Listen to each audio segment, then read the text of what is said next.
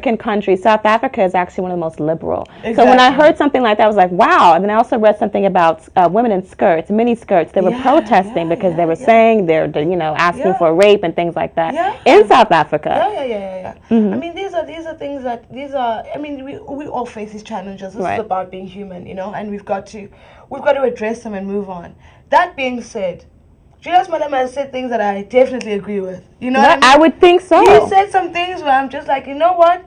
For instance, that interview when Julius went off on that journalist, we face these challenges when we are undermined and disrespected by the international community and also by South Africans who happen to be white. Sometimes that happens where people forget the fact that, you do need to also come to the table. You do need to come to the party as well. This is not a rainbow nation where I must now beg you to come to the party. We all have a responsibility to our country, and we all have a responsibility to our continent. And I liked what he said there, to make it clear that, don't come and undermine our structures. Don't come and undermine. This is a revolutionary house. So and I liked it when he said that. And also the stuff he's talking about nationalizing the mines. Look, I think that the way that it's done has to be really thought through, but I don't think there's a problem with that concept. I think that it's really important that we start rethinking our resources and how they... But it sounds like socialism, and people don't like that.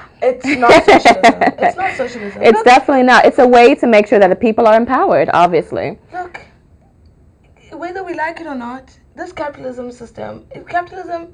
is not sustainable. It's not long-term. If all of us were to live this middle-class American lifestyle that everyone is aspiring to, if every human being were to get there, we would need 6 more planets of resources. We just don't have the resources to make it possible. Whether people want to talk about that or not is up to them, but we just don't have the resources.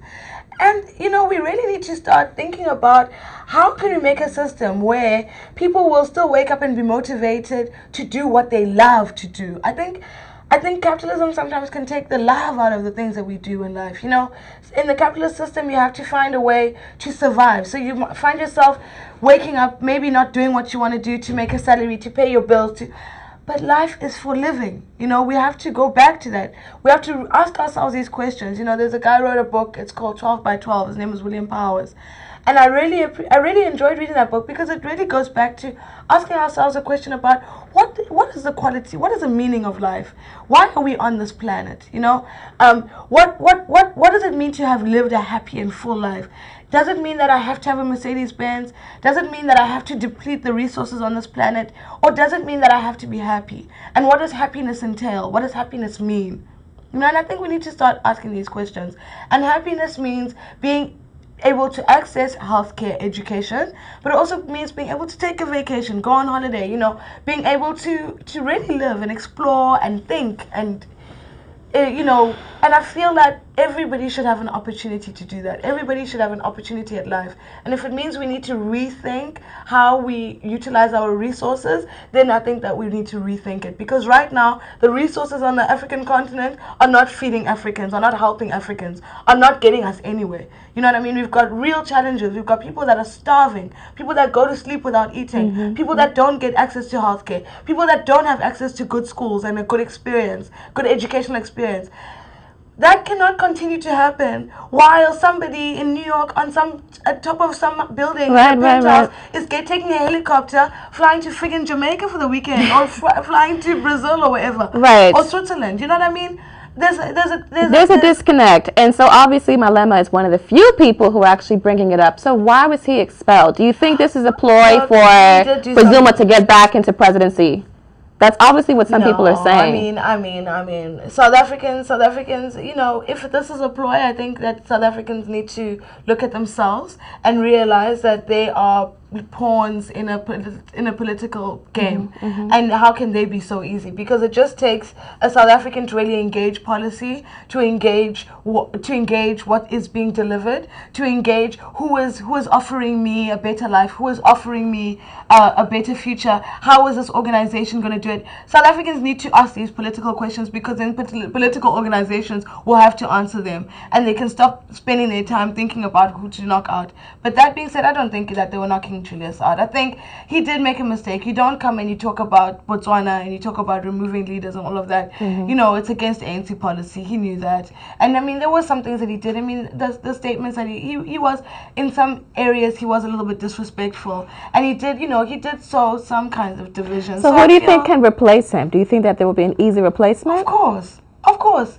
The ANC Youth League is full of very well-educated, intellectual, young, thinking people such as yourself, who are looking to change the country. You know? Right. I'm not one of the candidates, of course, because I mean, there's young people in the ANC Youth League who have been working in the organization for years. So I mean, I'm not one of those people, but the organization has a lot of people that are really incredible. I mean, I've engaged some young people in the ANC Youth League. The future is bright. So we don't need to worry. There's many candidates that they can pick from in terms of where they can move to, and I think that's where they need to start thinking. I think Julius, for himself, I think he just needs to think about the organization and think about the future of the country and the future of the continent, and really think about how now he can work within the organization or around the organization. Really, what he sees for the future. I think this going back and forth to court and appeals and all of that, I think it's done. It's done. And they went through the right channels. You know, they have got good reasons why they're doing it. It's not, you know, it's done. Right. These things, we must move forward from them. Sometimes sometimes things happen and it's unfortunate and it's not nice, but we need to find out, how do we move forward as an organization? How do we keep on the pulse of it? How do we keep addressing these issues? Because I think the ANC Youth League is addressing very important issues, and we need to make sure that we don't get bogged down on these smaller ones.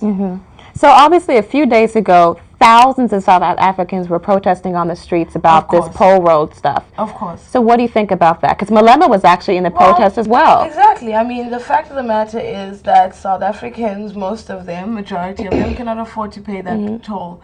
I think that it's important that roads are paid for.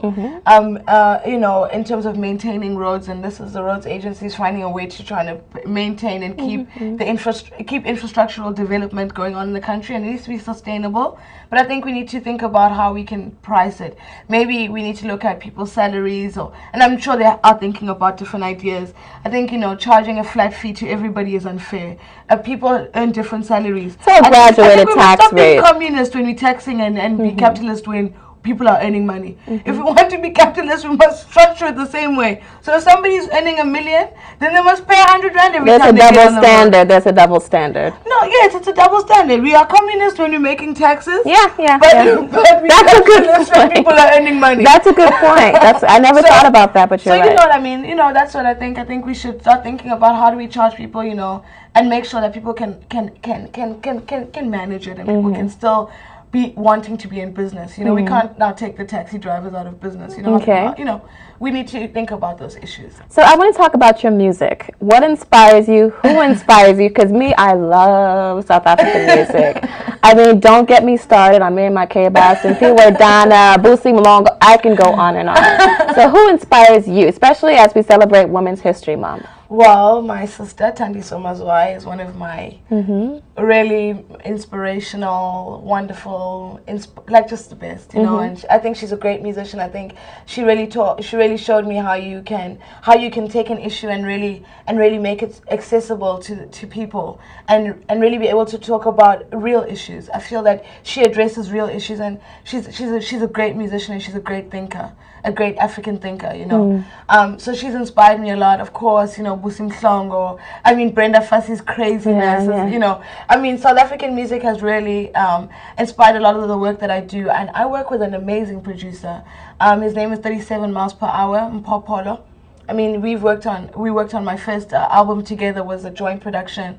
And you know, just the way that he thinks about music also, you know, is inspiring to me. So I mean, I've worked with a lot of, I've been exposed to a lot of different kinds of music, South African and not South African, because if you listen to my music, you realize that it's definitely global. It's kind of it's a mix of, you know, I've been inspired by a lot of musicians growing up, you know. I mean, I used to listen to Simon and Garfunkel. Like, I've listened to lots of different people, you know what I mean? It's like from one to the other, you know, and Peter Yarrow, you know. So, I mean, I feel that a lot of people have influenced me, but South African music is amazing. It's amazing. You know, if you like what you listen to when you listen to me, make sure you check out the Blackjacks, make sure you check out Nomsa Mazwai, make sure that you check out, there's so many good musicians in South Africa. Do Me in the Volume. You've got to make sure that you listen to great music.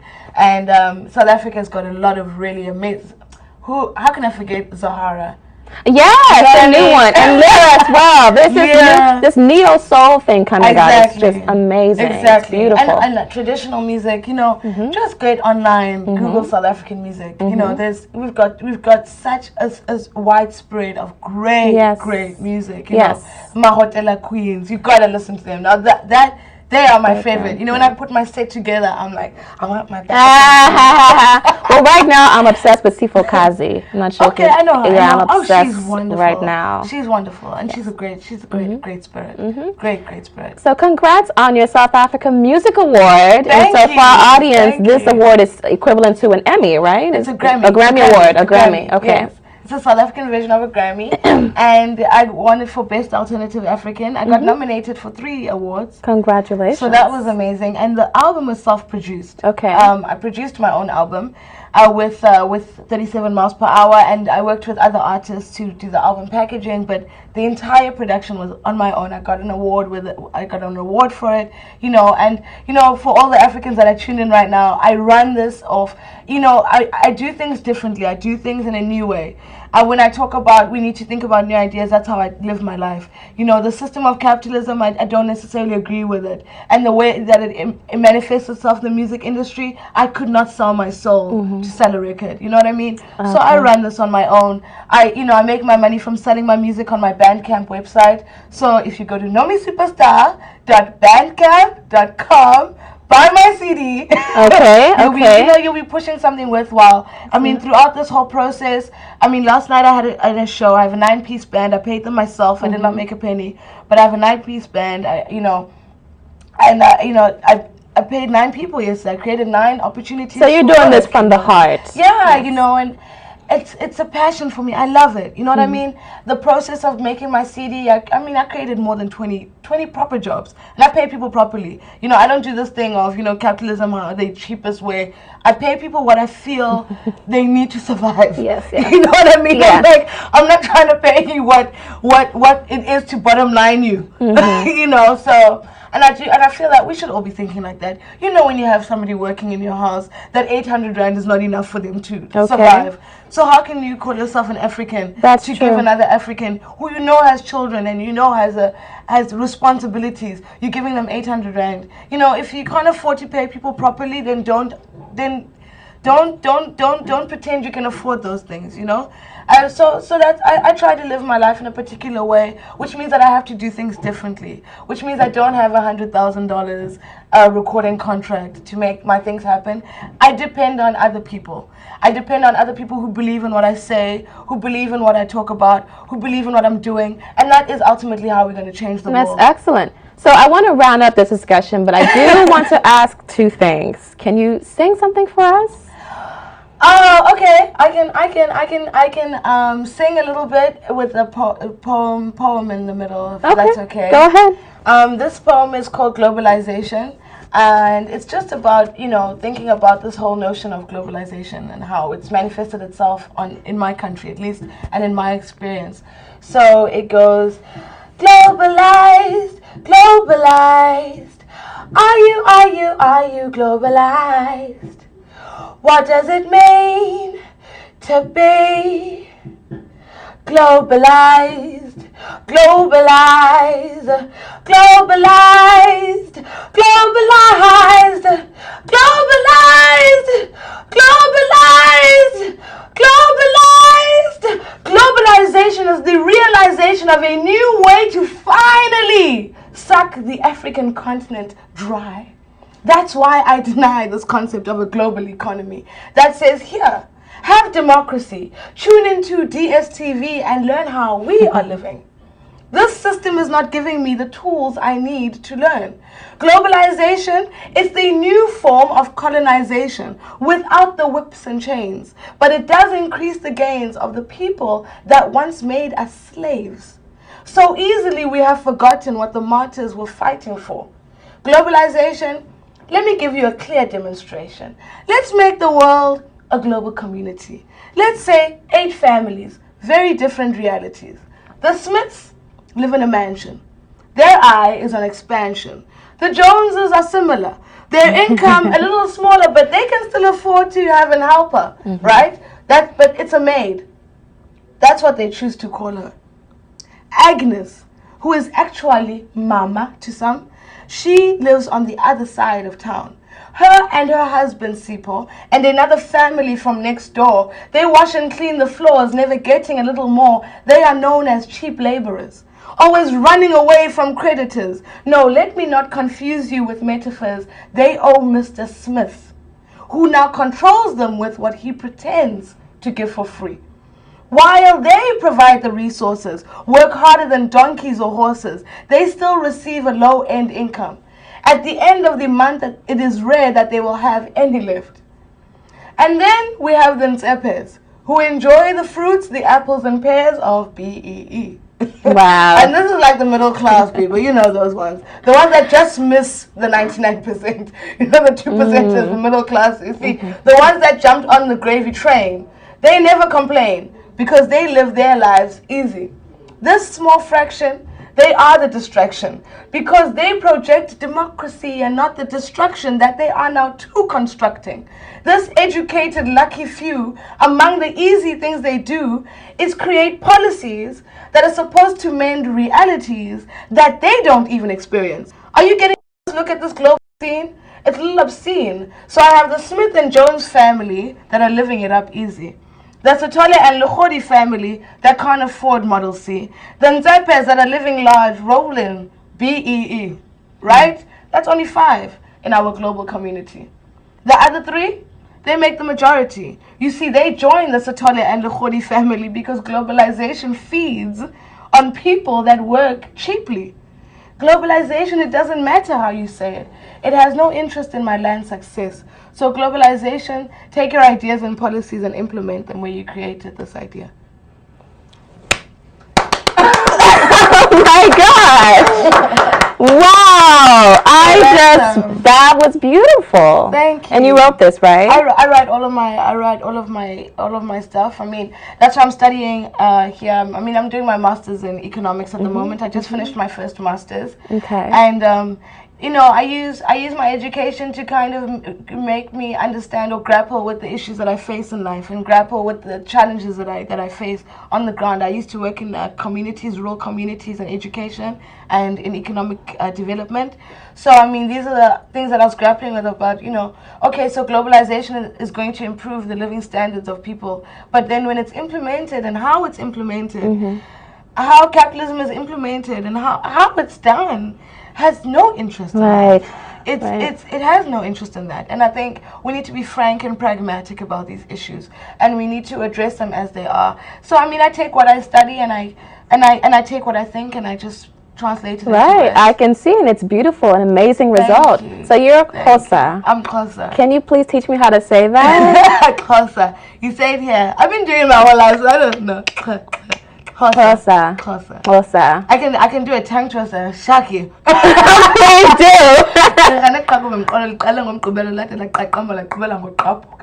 Beautiful. Can you teach me how to say thank you for coming to Sahara TV in your language? Diabulela. You can say Diabulele. Diabulela.